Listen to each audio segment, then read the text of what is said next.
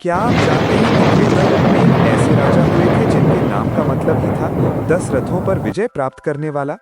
वे थे अयोध्या के महाराज दशरथ जी। उनकी कहानी में शौर्य भी है, बलिदान भी, और एक ऐसा रहस्य भी जिसने रामायण की दिशा ही बदल दी। राजा दशरथ जी अयोध्या नगरी के इक्ष्वाकु वंश के एक महान सम्राट थे। कहते हैं उनकी सेना अजेय थी और स्वयं राजा दशरथ अद्भुत रथी, घुड़सवार और धनुर्धर थे। उनका नाम दशरथ पड़ा क्योंकि वे एक साथ 10 रथों पर नियंत्रण कर सकते थे।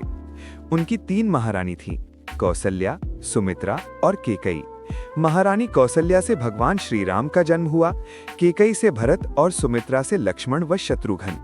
इन चारों पुत्रों ने ही आगे चलकर रामायण की गाथा को जन्म दिया। राजा दशरथ का जीवन बाहर से जितना भव्य और समृद्ध दिखता था, भीतर से उतना ही संघर्षमय भी रहा। उनकी सबसे बड़ी पीड़ा थी संतान न होना। लंबे समय तक वे संतानहीन रहे। यही कारण था कि उन्होंने महान ऋषि श्रृंगी से यज्ञ करवाया। उसी यज्ञ के फलस्वरूप उन्हें 4 पुत्र प्राप्त हुए। लेकिन दशरथ जी के जीवन से जुड़ा एक गहरा रहस्य भी है।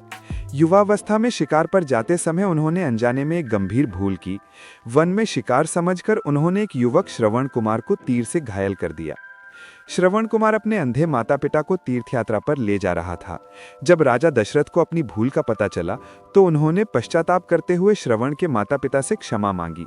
किंतु वे माता पिता इतने दुखी हुए कि उन्होंने दशरथ को श्राप दे दिया कि जैसे आज हम अपने पुत्र की वियोग की पीड़ा झेल रहे हों, वैसे ही एक दिन तुम भी अपने पुत्र वियोग से प्राण त्यागोगे। यही श्राप आगे चलकर उनके जीवन का सबसे बड़ा दुख बना। जब रानी केकई ने वरदान मांगकर श्रीराम को 14 वर्ष का वनवास दिलाया तो दशरथ जी अपने प्रिय पुत्र के वियोग को सहन न कर सके। कहते हैं कि वे लगातार राम राम पुकारते रहे और अंततः इसी वियोग में उन्होंने प्राण त्याग दिए। राजा दशरथ जी का जीवन हमें ये सिखाता है कि चाहे राजा कितना ही पराक्रमी क्यों ना हो, नियति से कोई नहीं बच सकता।